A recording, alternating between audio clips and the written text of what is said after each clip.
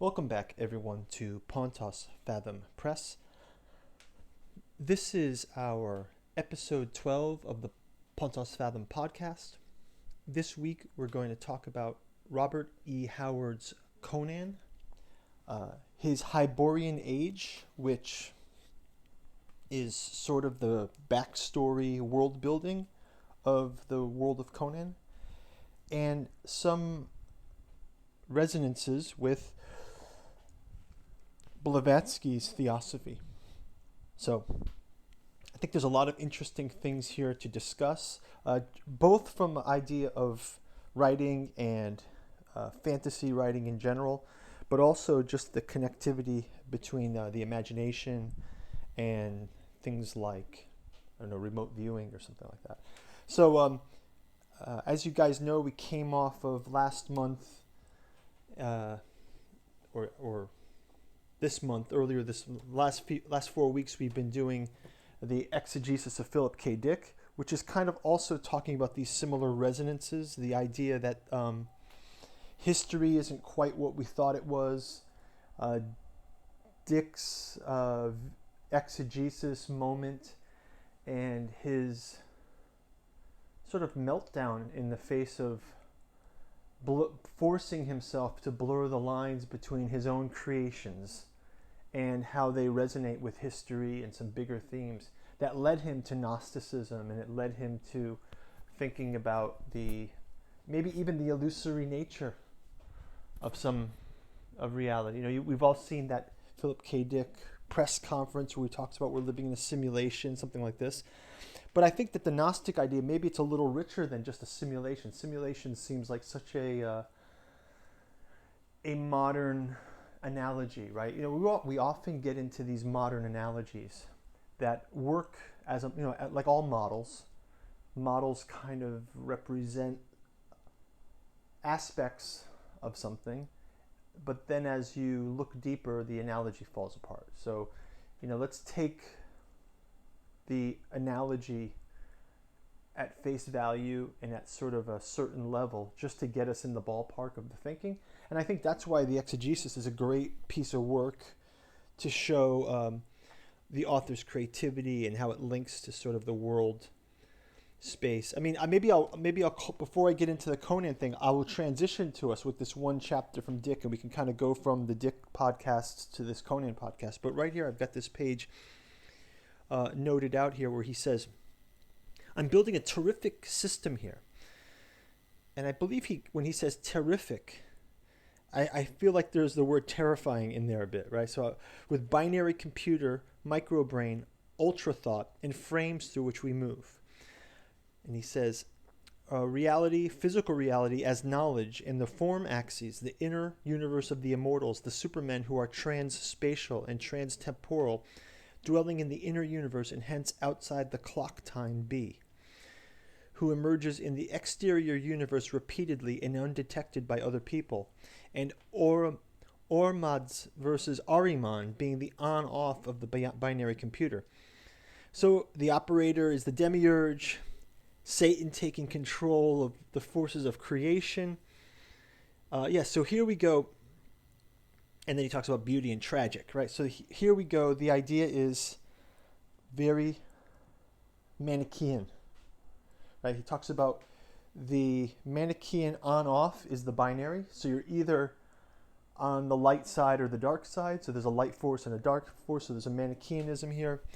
And man is somehow, when I say man, I mean humanity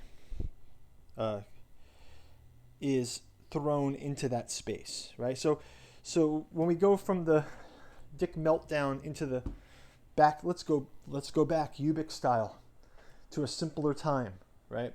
Robert E. Howard writing the sword and sorcery swashbuckling tales of Conan. How can this have anything to do with Philip K. Dick or Theosophy, you ask? Well, it's going to get interesting. It's very interesting. I want to start out with just a bit of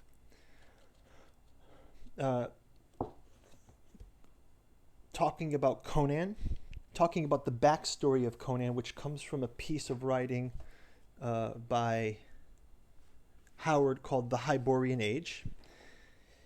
and some misconceptions about Conan. So Conan, as portrayed, in the Arnold Schwarzenegger movies or the Jason Momoa movies, is bereft of some of his intelligence, right? I think in some ways, if you look at Conan, this is going to enrage people probably, but if you think of Game of Thrones, right? If you think of Game of Thrones, a lot of people know Game of Thrones, right? And if you look at House Stark, there's a kind of vibe to the north in Game of Thrones, where it's a unified place. There's an ethos to the north, and there's this wall, past the gift. There's this wall that they're keeping the White Walkers out and the wildlings out, something like this. And if we kind of switch back to Conan, right, the character of Conan is very much as a Cimmerian, right? Here we go, the coming of Conan the Cimmerian.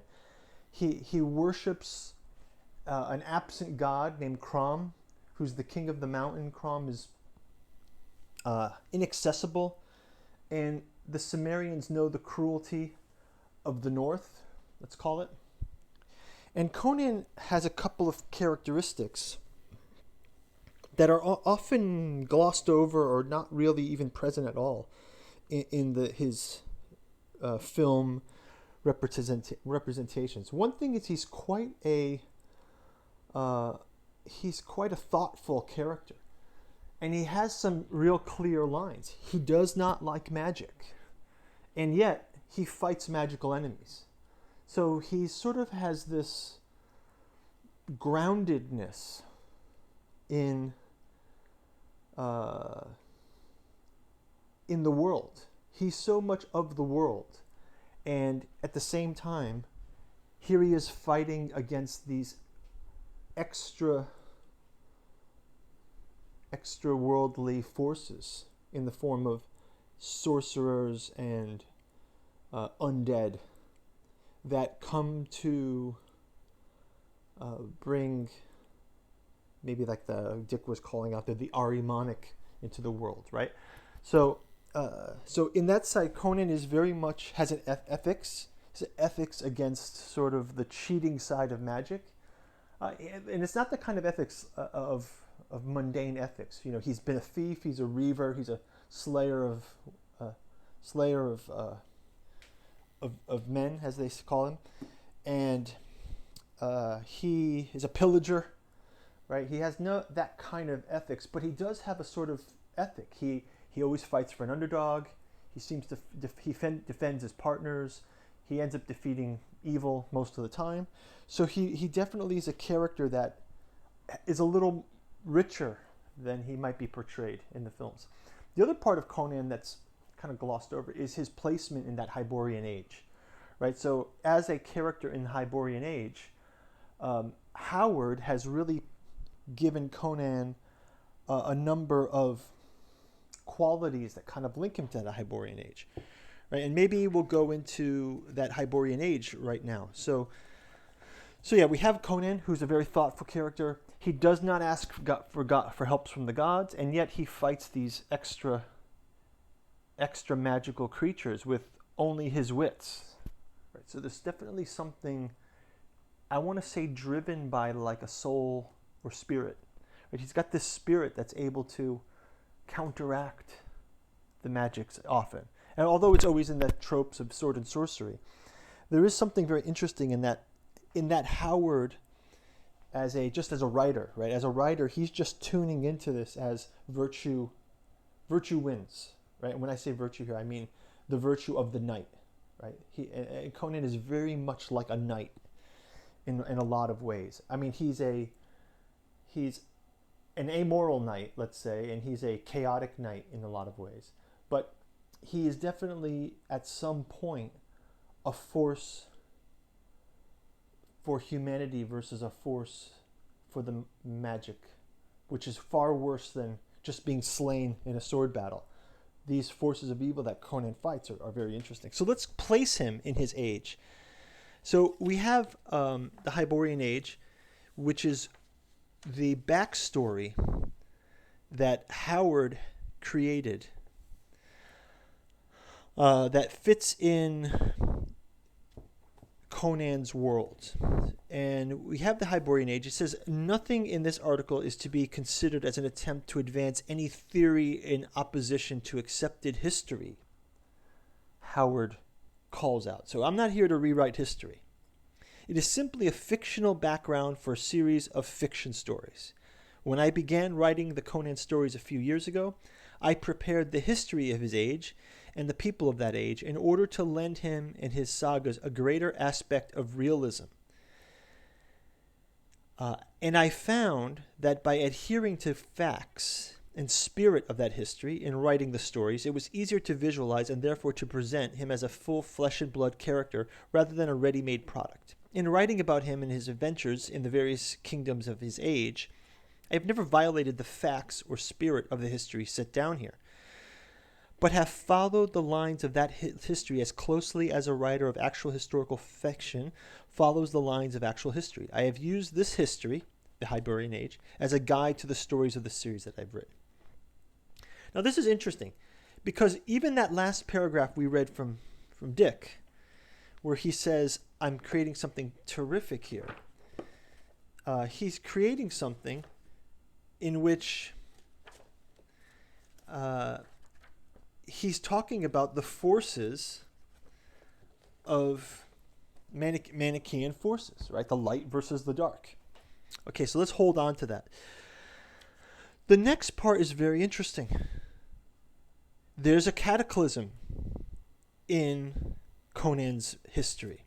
Of that epoch known as the Nemedian chroniclers, known to the Nemedian chroniclers as the pre-cataclysmic age, little is known, except the latter part, that it is veiled in the mists of legendary. Known history begins with the waning of the pre-cataclysmic civilization, dominated by the kingdoms of Camelia, Velusia, Verulia, Grandar, Thula, and Comoria. Oh, he calls out this Thula, right? The Thule Society. Another island, right? An island of alternate history kind of thinking. The barbarians of that age were the Picts, who lived on the islands far out of the Western Ocean. The Atlanteans, who dwelt on a small continent between the Pictish islands in the main, or the Thurian continent, and the Lemurians, who inhabited a large chain of islands in the eastern hemisphere. Okay, let's just stop right here. So he claims, these are just products of my imagination. I'm not rewriting history. I'm just making a fictional world. Fair enough. It's world building. It's just the act of the imagination, right? And yet, here we have an imagination that aligns to some key points in the Blavatsky. So maybe I'll just pause here with Conan, and I'll just pick up on the Blavatsky side. So again, what do we find from Madame Blavatsky? Well, in her Theosophy, Blavatsky sort of was, in her Isis Unveiled, Isis the goddess, Isis. She has 2 volumes, one of which is science, the second is theology. So, in a way, Blavatsky's Theosophy was Blavatsky's attempt to look at, magic. Science would look like magic, right? That Arthur C. Clarke, I believe, is the quote. Guys, correct me in the comments below. Oh, by the way, if you guys want to leave a comment, really appreciate that. Like and subscribe. We're trying to grow this channel, so help me get into the algorithm. And I would like to turn this into a live stream. And the more people that can start to comment. But please leave your comment below, especially this day and age where things are disappearing off the web. Let's put our good foot forward here and keep free thought alive. I also have a webpage and a number of links you can check below, and a comments support me, sharing, liking, ringing the bell support me, and also there's Patreon below. And you can also check out Pontos Fathom Press, purchase one of our books. We're not funded by anything, so I'd really like to keep giving you guys this content and would like to hear your voices, so please join in below. So let's get back to it. Theosophy and Blavatsky. She was really looking at, science could be seen as magic, and the idea of, if we look at what all the world religions are moving toward or pointing at, right? All the world religions, and also scientific knowledge moving forward. She wanted to sort of look at these two together and created this she created this theosophical movement that sort of explores this. And some of her knowledge came from mystery school channels, let's call it. And let's say that she also was tracking a history that differs from our history. We have our, Fertile Crescent history. We have our Lucy Darwin history, sort of the standard history. Well, Blavatsky also had a pre-cataclysmic history, which includes Atlantis and Lemuria. And for her, there was and similar in a way even to the Gnostic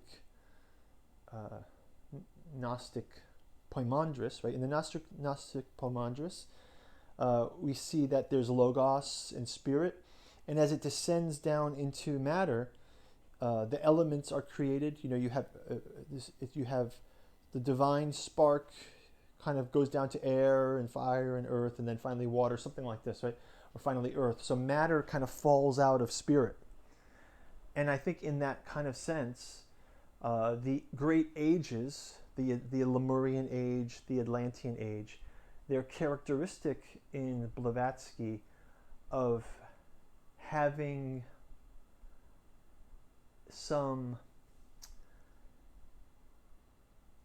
sensitivity to spirit energy. And as we descend through history, each subsequent as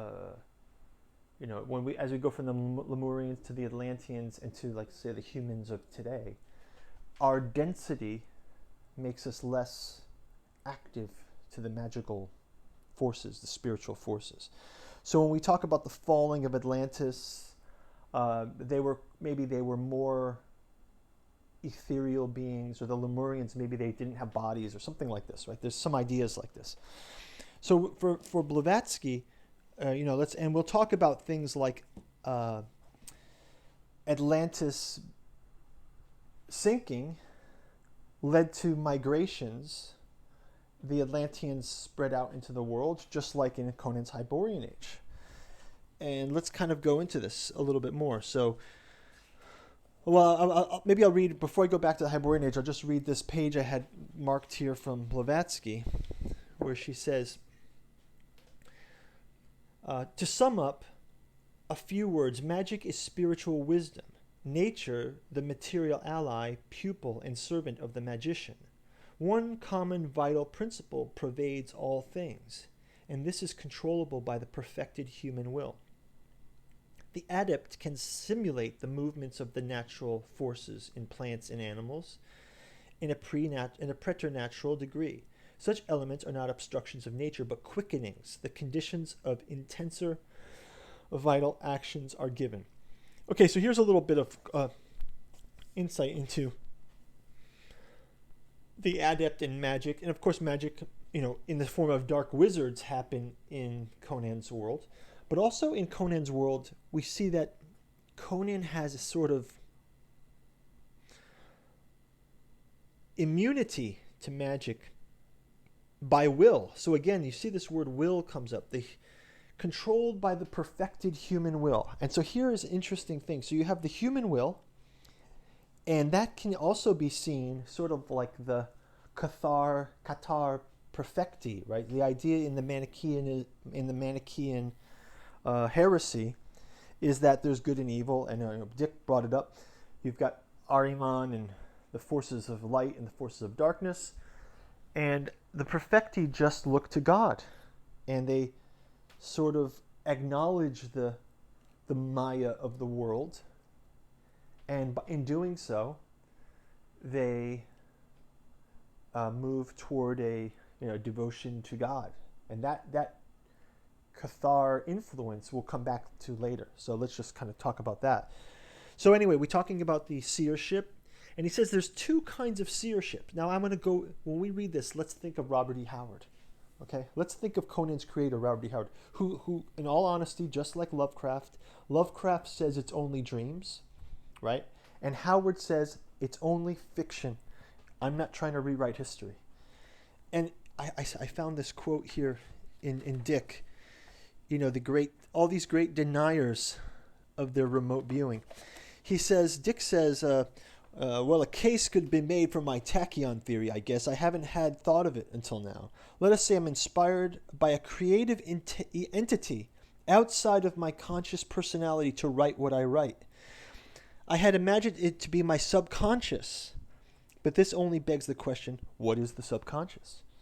I think he means the unconscious, but that's fine. There is no doubt that, quite frankly, I do not in any real sense write my novels. They do come from some non-I part of me. Often they contain dreams I've had. This was true of Lovecraft, I've heard. If tachyon bombardment was inspiring my novels, then it would stand to reason that the world, it is really all the same world which my books depict, has been pointed out in critical essays many times. It would stand to reason that in the past years my books, so to speak, come true. Okay. So here he says we got a Lovecraft connection 2 months ago with our Lovecraft month. Dick kind of points out, by this tachyon craziness, that I'm not writing my novels. They're coming from something that's not me. They come like Lovecraftian dreams, and they beg the question, what is the unconscious? He says subconscious, but I believe that's a common mistake to make. He meant unconscious. So let's go to this. Now we're in that pocket, right? Let's go into the Seerships. Dick kind of calls it out. Lovecraft poo-pooed Theosophy, right? He said it's just dreams, and in his correspondence, you can see he's got a kind of a reluctance to go into this topic that I'm going into. And Howard is also going on the record. I'm not here to rewrite history. I just imagine this stuff for a backstory for Conan. Okay, so Conan's got a backstory. Lovecraft says they're just dreams, and yet here we find the resonances, like Dick did, in the meltdown of the exegesis. So back to Theosophy. There are two kinds of seerships, that of the soul and that of the spirit.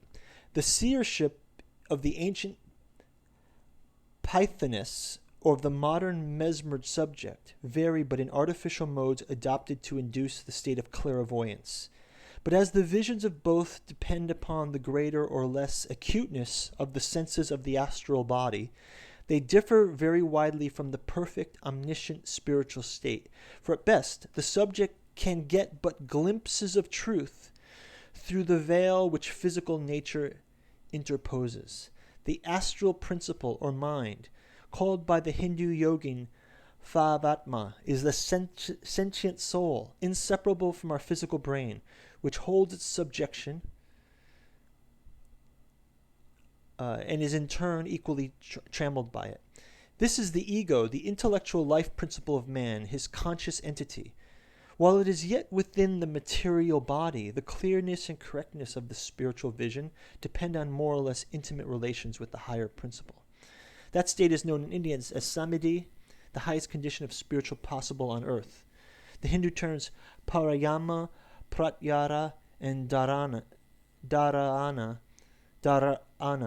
are all relate to psychological states and are shown to be, in the Sanskrit, adapted to the clear elucidation of the phenomena that are encountered by those who study this branch of psychological science than the tongues of modern people whose experiences have not yet necessitated the invention of such descriptive terms. Okay. So she's basically saying that there's a seership that's happening that makes the sentient soul get a clearness of the spiritual vision, and sometimes it's just a glimpse. So could we maybe see something of that in Conan's Hyborian Age. So Howard claims I'm not doing this, and yet here we go. We have the Thurian civilization was crumbling, and their armies were composed largely of barbaric mercenaries. So after the fall of Atlantis, there was a migration even in Howard's age. And he says here, they apparently came from shadowy, nameless continent lying somewhere east of the Lemurian Islands. So east of the Lemurian Islands. Coming out of the east. The cataclysm rocked the world. Atlantis and Lemuria sank, and the Pictish islands were heaved up to form the mountain peaks of a new continent. Volcanoes broke forth, and terrific earthquakes shook down. Whole nations were blotted out. So here he's seeing this vision of Atlantis and Lemuria sinking, right? And the Blavatsky will call them out also. The barbarians fared little better than the civilized races. The continent kingdom of Atlantis escaped the common ruin. Okay, so here we have the Atlanteans sinking. And the rise of savages. He starts talking about these savages kind of came out of Atlantis. The continental kingdom of Atlantis from sunken areas swarmed among beasts and savages, ape men and apes, forced to battle continually for their lives, and yet managed to retain vestiges of their former state of the highly advanced barbarism. So here's Conan. The highly advanced state of the barbarism was held in the knowledge. They had none of the Atlanteans' artistic nature. They were a ruder, more practical, more prolific race. They left no pictures painted on ivory, but they left remarkably efficient flint weapons in plenty. So we've got the Atlanteans now have been sort of reduced to these barbarian tribes, and they're traveling about. And the Picts had the advantage of numbers and unity, where the Atlanteans had fallen into loosely knit clans. That was the west of that day. Now we're in the west. In the distant east, cut off from the rest of the world by the heaving up of gigantic mountains, the Lemurians are toiling as slaves of their ancient masters. So somehow the Lemurians have become enslaved. Right, so this is very interesting. So this is leading us, and let's kind of maybe take a quick look in Blavatsky. I just want to maybe just call out this quote from Blavatsky, because here we go. We have Howard talking about the age of Conan. It's not a rewrite of history. It's simply his backstory in the novel. And I think, listen, as world building, let's just put it in the sense, if you're a writer and you want to do world building, this is a great way to go. There's a lot of history out there. You can use this to world build. But I think you'll have to think about what you're actually doing at some point. So at some point, you will maybe stumble upon these same things. So I just wanted to call out this Atlantis in the 594, 595. So here she's going to talk about Lemuria. 590. Okay, here.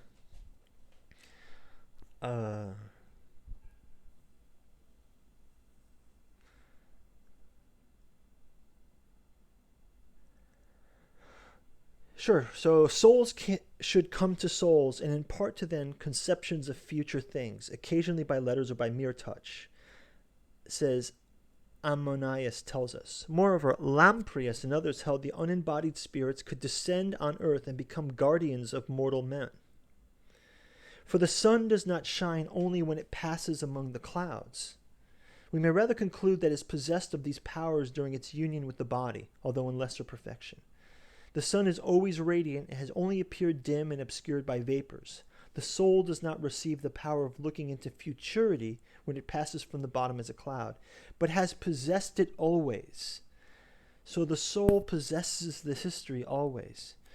Right? So I think this is very interesting. And then again, we have the idea of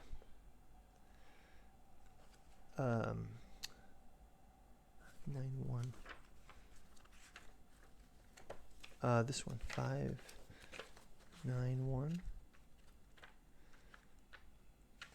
I just want to call out this other quote.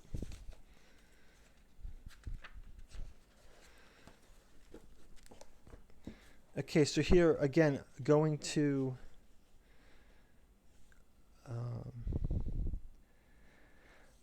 so about Atlantis here, he goes, how could the name Atlanta itself originate with Plato at all?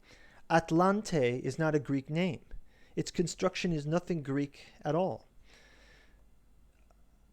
They are not Greek, but in the Nahuatl or the Toltec language, we find immediately the radical atl as a sense of water war on the top of the head, such as Atlan, the city named Atlan. So here we have Atlantis, Atlan, Toltec, water, right? Atlan. And Axolotl may be close to that, right? Atlan. And then we have, just calling out a few of these points, the Atlanteans here. The ruins that now cover Americas are found on many West Indian islands and are all attributed to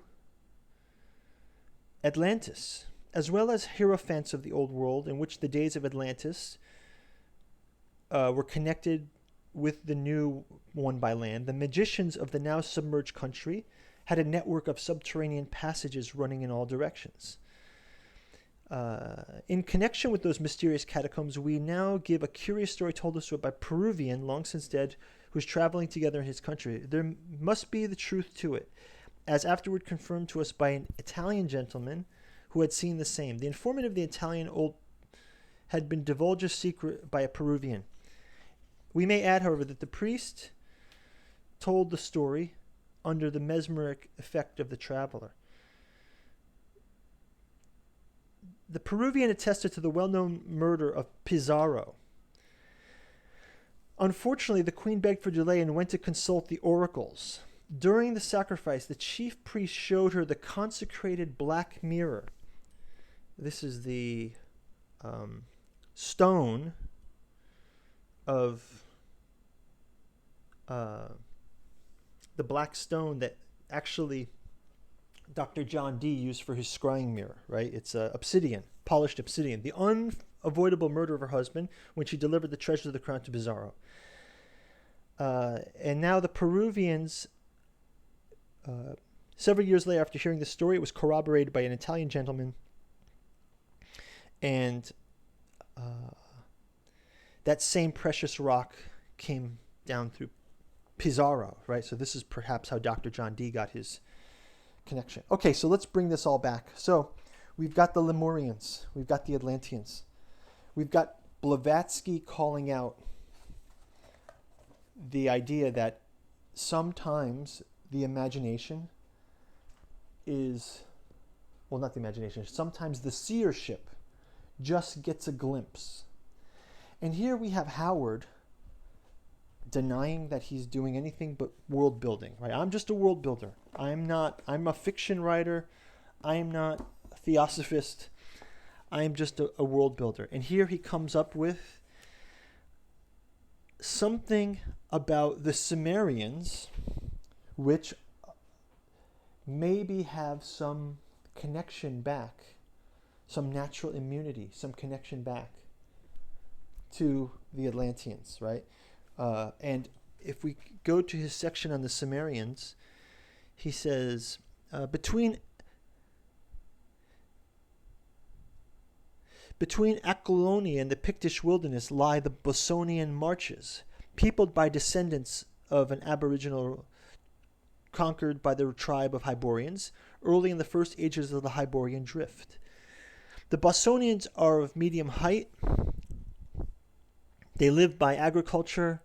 They're part of the Aquilonian kingdom. They're stubborn fighters against both the Sumerians and the Picts. And then he talks about Corinthia. And then he says, north of Aquilonia, the westernmost Hyborian kingdom, are the Sumerians, ferocious savages, untamed by the invaders, but advancing rapidly when contacted with them. Right, so now we come to the time of the Sumerians. The Sumerians fought the Picts and the Bosnians and several times raided the Aquilonians. So here we have Conan's Cimmerians, both a menace to Aquilonia and also as sort of heirs to some of this characterization.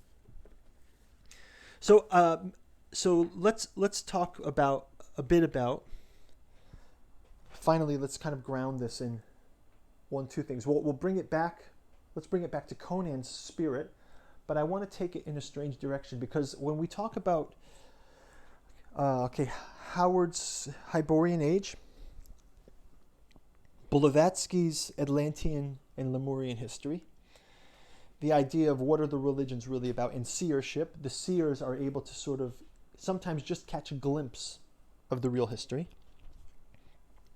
Only so much comes through. And I'm going to totally bring it in a strange tangent, but it'll work. Before I talked about the Qatar, right? And I want to talk about the Knights Templar for a second, because we have a long tradition, especially in the ancient world, of knowledge migrating, right? So, for example, we have Pythagoras, right? Pythagoras, the Pythagoras and his numbers, the one, to have another, you need a two. And he had this whole mystery school around number.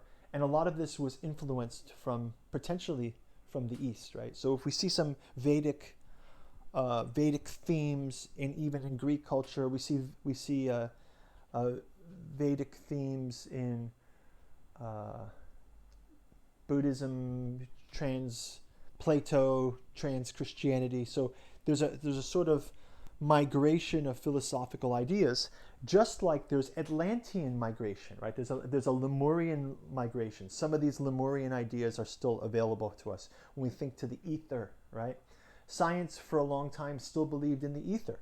And with Blavatsky's Theosophy, there's definitely an idea of how do the world religions interrelate. It's an exploration. Let's look at how the world religions are interrelating. Let's look at how science is evolving and some of these ideas that overlap. If we look at the layers, and again, when we talk about layers with Dick was seeing that there was a layering going on. The history had some eternal recurrence. There was some layering. So let's kind of go into some layering. On the one hand, we have the imagination of a writer.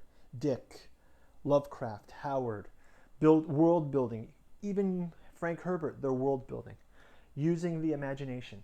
And then we have this Blavatsky concept of the seer getting glimpses into the, let's quote it here, with the real history.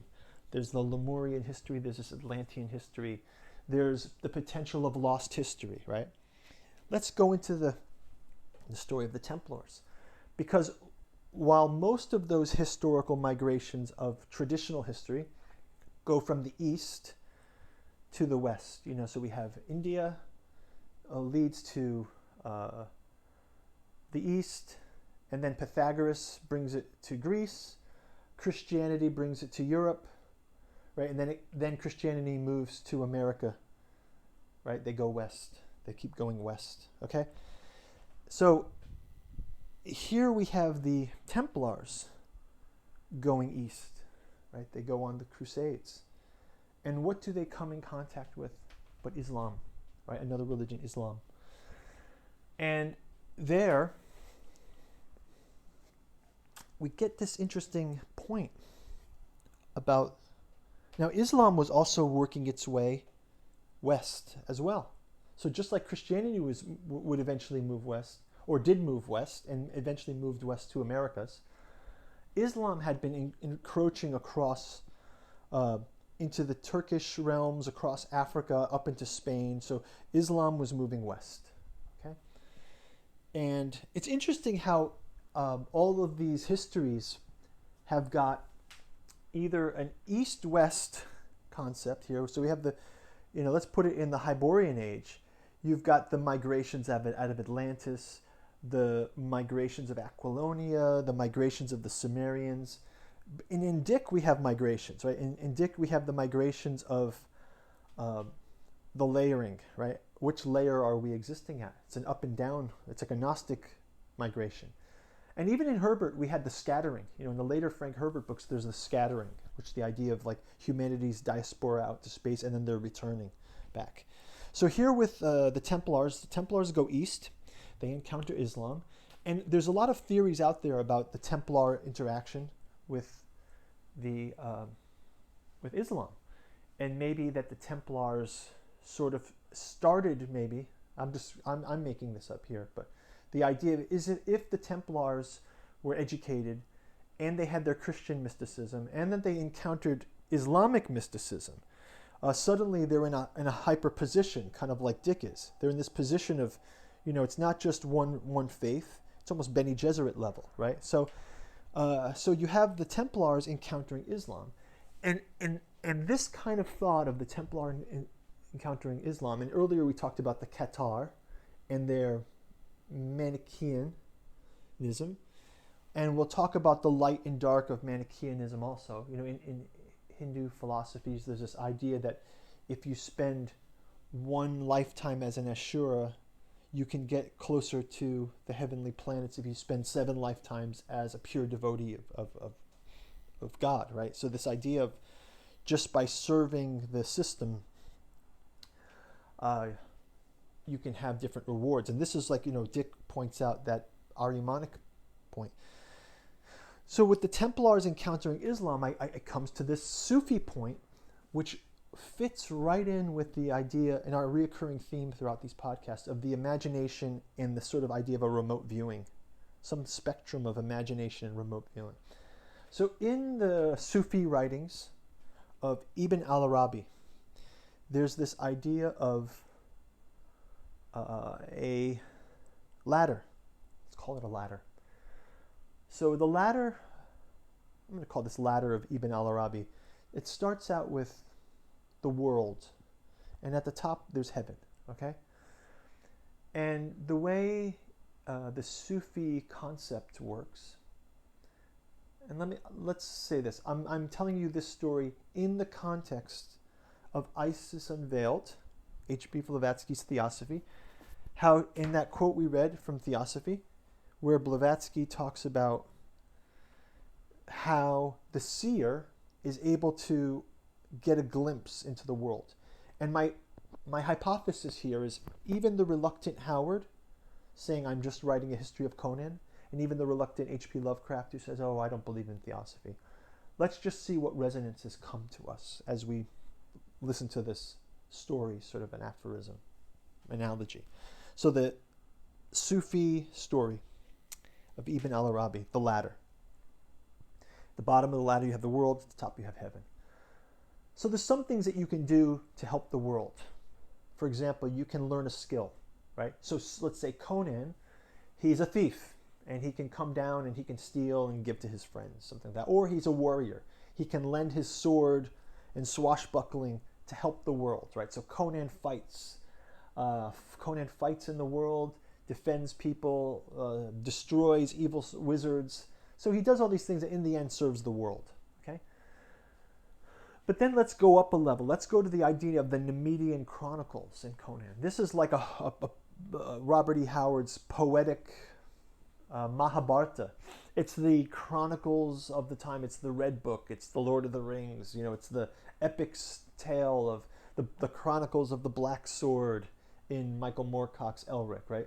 So for Al-Arabi on the ladder, there's the poet, right? The poet gets his imagination and creates this beautiful work of poetry, or the musician creates this beautiful work of music and takes from the heaven down the ladder and, like a bodhisattva of compassion, gives the world some joy, right? So Lovecraft takes horror, writes a story, and gives us the joy to read it.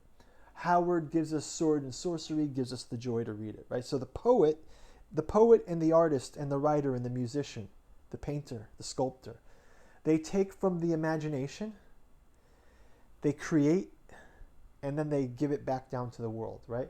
So it's that Gnostic dissension, even Dick, the Logos descends, and then it serves the world. So unlike sword fighting and building and farming, let's say, the poet's doing something a little bit different. They make ideas that serve the spirit, right? But it serves the spirit of humanity. And music pleases the ears. Now, Al-Arabi kind of says something, there's something weird in this imagination thing, because imagination is taking from the spirit realm and giving some indications. The poet can inspire us, right? There's a great Al-Ghazali quote about the soul leaving the body, and he says it's something like, I don't know the quote exactly, but it's the idea of the body was a bird cage with a soul in it, right? So you are a bird cage with a soul, and then after death, the cage is opened, and the bird is allowed to fly free, right? So this is a poet's way of telling a little story that gives you something to hold on to. So, oh yeah, okay, my soul's in my body, my soul's going to go free. Something like this, right? This is what poetry does. It inspires us to think about spirit.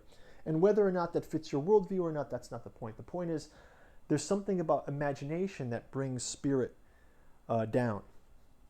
Now, the ladder continues with Al-Arabi, and it goes into the space of, when you switch from serving the earth and you switch to serving the spirit, the Logos, now you're doing something different, right? A poem or a song has a bodhisattvic view. It's about serving the mortals, serving the world. The poetry, the music, it's consumed by us here in the world. The writings of Conan, it's just a history for Conan to make it more fun for you to read. And yet, that same imagination, the seership that Blavatsky talks about, is the mechanism by which we could point towards spiritually. So the idea here is, if you turn the mechanism of poetry and music upward, now you're offering to the heavens, right? So the idea for the Sufis are that point where you switch from serving the world to serving God, or the heavens, or the great source, or the spirit of the world. Now you're pointing upwards on the ladder. And this is what great religions have been trying to do.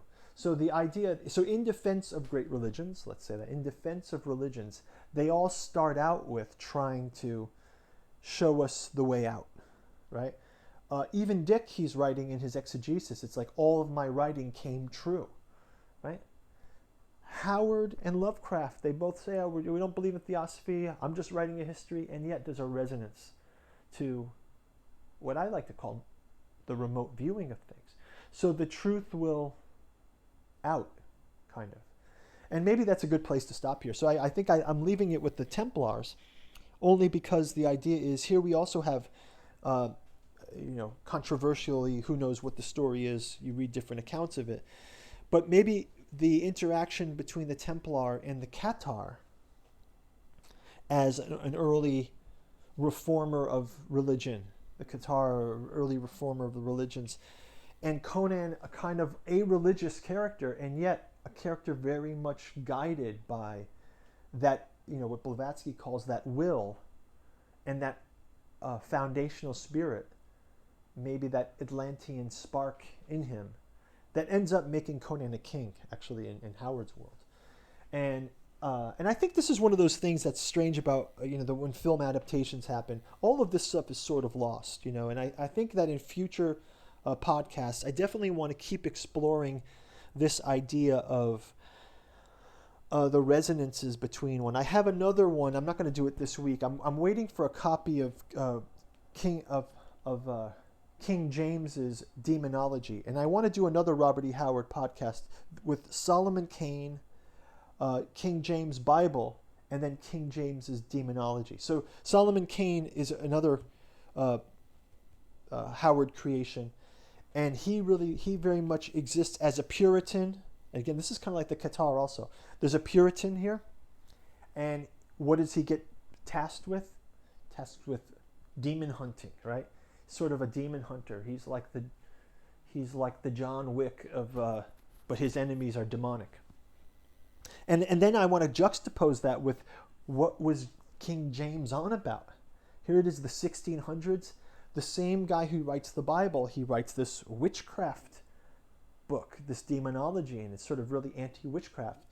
And I think that this is a very interesting topic. Maybe this will be a topic for next month. So, hey, thanks everyone if you made it this far. Thanks for listening. Really appreciate your comments below. Let me know what you'd like to have talk about. Please join us on the Patreon. Check out the Pontos Fathom Press website and our bookstore. We've got a lot of interesting books going on. I'm going to be switching things up. I mentioned I've got that Solomon Kane idea out there. I think in October, I'll probably do a King in Yellow, kind of a Lovecraft return. I'm going to do a horror theme of that one. So I think the King in Yellow might be in the works. Pontos Fathom's got a King in Yellow and Yellow Sign book. You can go check it out in our bookstore. I think next month I'm going to switch things up. I've been coming off an Evangelion rewatch with Evangelion 3.0 plus 1.0. I would like to do Evangelion with